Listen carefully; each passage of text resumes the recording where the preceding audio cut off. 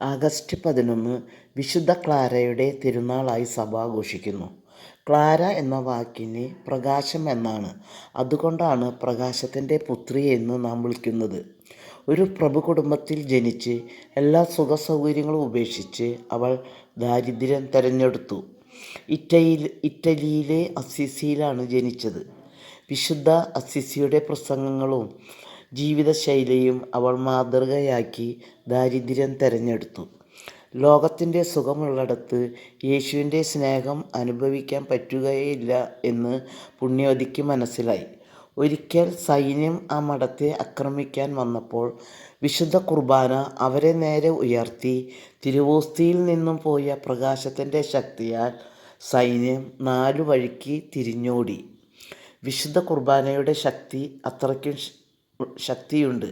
നാം അത് തിരിച്ചറിയുന്നില്ല. ഒരു ദിവസം ഒരു സഹോദരി, അമ്മേ, സഹോദരിമാർക്ക് ഭക്ഷണം ഇല്ല എന്ന് പറഞ്ഞു. ഒരു റൊട്ടിയേ ഉള്ളൂ എന്ന് പറഞ്ഞപ്പോൾ വിശുദ്ധ സഹോദരങ്ങൾക്ക് ആ റൊട്ടി മുറിച്ച് പങ്കുവയ്ക്കുക എന്ന് പറഞ്ഞു. സഹോദരി വിശുദ്ധ പറഞ്ഞതുപോലെ ചെയ്തു.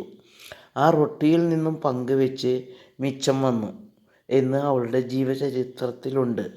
നമുക്ക് വിശ്വസിക്കാൻ പറ്റുന്നില്ല അല്ലേ? കർത്താവ് പറയുന്നു, എനിക്ക് വേണ്ടി നിങ്ങൾ എന്തുപേക്ഷിച്ചാലും അതിൻ്റെ 10 മടങ്ങ് കർത്താവ് നിങ്ങൾക്ക് തിരിച്ചു നൽകും.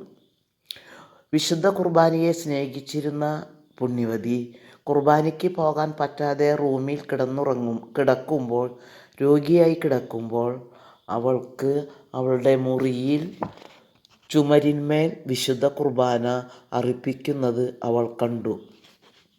നമ്മുടെ കർത്താവിൻ്റെ സ്നേഹം കണ്ടോ?